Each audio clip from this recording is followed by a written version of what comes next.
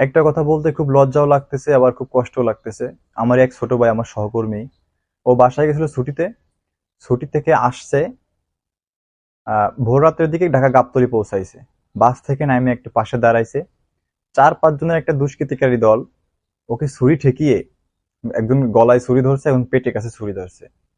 ছুরি ধরে ওর phone, money bag এবং কাঁধে ব্যাগ ছিল, ব্যাগের ভিতর ইউনিফর্মও ছিল। আসলে দেখেন কি একটা অবস্থা। ওর সবকিছু নিয়ে ছিনতাই করে নিয়ে চলে গেছে। ও কিছুই করতে পারেনি, একা মানুষ কি করবে। একবার কল্পনা করুন এই ঘটনা যদি আপনার সাথে ঘটতো।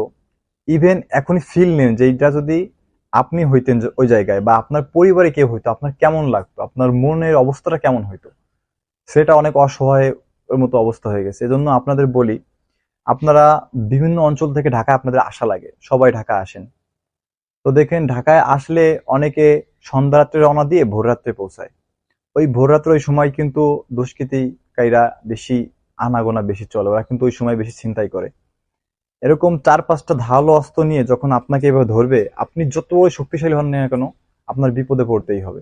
এজন্য চেষ্টা করবেন যাতে সকাল হলে ঢাকায় পৌঁছান এরকম একটা সময়, বা দিনের আলোতে ঢাকায় পৌঁছান এরকম একটা সময় বাসা থেকে বের হবেন, বা এমন সময় বের হবেন সন্ধ্যা হইতে হইতে ঢাকায় পৌঁছালেন, এরকম সময় বাসা থেকে বের হবেন। আর এই বিষয়ে সবসময় সতর্ক থাকবেন, কখনো ঢাকায় আসলে বাস থেকে নামে একা কোথাও দাঁড়াবেন না। যেখানে বাসটা থামবে, নামবেন, ওই জায়গায় আশেপাশে দোকান থাকতে পারে, জনবল থাকতে পারে, জনবলের ভিতরে গিয়ে দাঁড়াবেন। একা একা দাঁড়ালে আপনিও কিন্তু হইতে পারেন এই ছিনতাইয়ের শিকার। আসলে খুবই কষ্ট লাগতেছে আমার নিজের কাছেও। বিষয়টা আপনাদের সাথে শেয়ার করলাম, বুঝতে পারছেন। আর আপনারা সবসময় সতর্ক থাকবেন যাতে এরকম শিকার আপনারাও, ভোগান্তির শিকার আপনারা না হন। ধন্যবাদ সবাই।